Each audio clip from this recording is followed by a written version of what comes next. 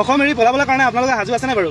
আৰু যদি সাজু নাই তেতিয়াহ'লে আপোনালোকে সাজু হৈ লওক, কাৰণ এতিয়াৰে পৰা সাজু নহ'লে পিছলৈ আপোনালোকক প্ৰব্লেম আহিব। মই এইটো কথা কিয় কৈছোঁ বুলি আপোনালোকৰ মনত এতিয়া হ'ব লাগে প্ৰশ্ন উঠি আছে, আৰু সেই প্ৰশ্নৰ উত্তৰটো মই আপোনালোকক দি আছোঁ। আপোনালোকে নিজে দেখিছে অকণমান দিন আগতে যে আমাৰ অসমত কিমান ডাঙৰ ডাঙৰ বান আহিছে, হয় নহয় বাৰু? কিমান মানুহ মৰিছে, কিমান ঘৰ, কিমান গাঁও ডুবি গৈছে, হয়নে বাৰু? কেলৈ? এইটো বানটো ক'ৰ পৰা আহিলে? নোহোৱা জেগাবিলাকত যে বানবিলাক হ'ল, কেনেকৈ হ'ল? আমাৰ অসমৰ কিছুমান দালালিবিলাকৰ বাবে, ঠিক আছে ন? আৰু সেই দালালিবিলাকে এতিয়া আমাৰ অসমৰ কাজিৰঙাখন বিক্ৰী কৰিবলৈ গৈ আছে। আৰু কাক বিক্ৰী কৰি আছে? যিবিলাক নেকি আমাৰ ভাৰতবৰ্ষৰ ডাঙৰ ডাঙৰ বিজনেছমেন, যেনেকৈ মানে আম্বানী আদানী, সেইবিলাকক।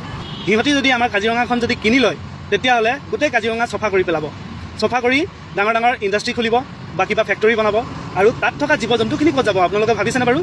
তাত থকা জীৱ জন্তুখিনি গাঁৱে গাঁৱে সোমাই আহিব আৰু মানুহৰ অনিষ্ট কৰিব। কেতিয়াবা চাব মানুহ মাৰি দিব, কেতিয়াবা চাব ঘৰ ভাঙি দিব, এটা পাছত এটা আপোনালোকে চায়ে থাকিব, ঠিক আছে?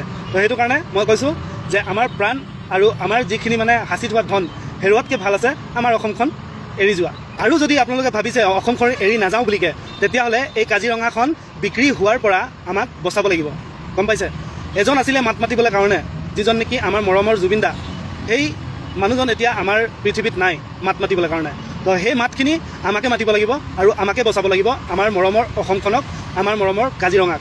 তো বলক আমি সকলোৱে মিলি এক হওঁ আৰু আমাৰ অসমক আৰু আমাৰ কাজিৰঙাক বচাওঁ। আৰু যদি এইটো ভিডিঅ' আপোনালোকৰ ওচৰত গৈছে তেতিয়াহ'লে ভিডিঅ'টো যিমান পাৰে সিমান শ্বেয়াৰ কৰিব, আৰু আপোনাৰ কি মতামত আছে আপোনালোকে কমেণ্ট বক্সত কমেণ্ট কৰি জনাব। ধন্যবাদ।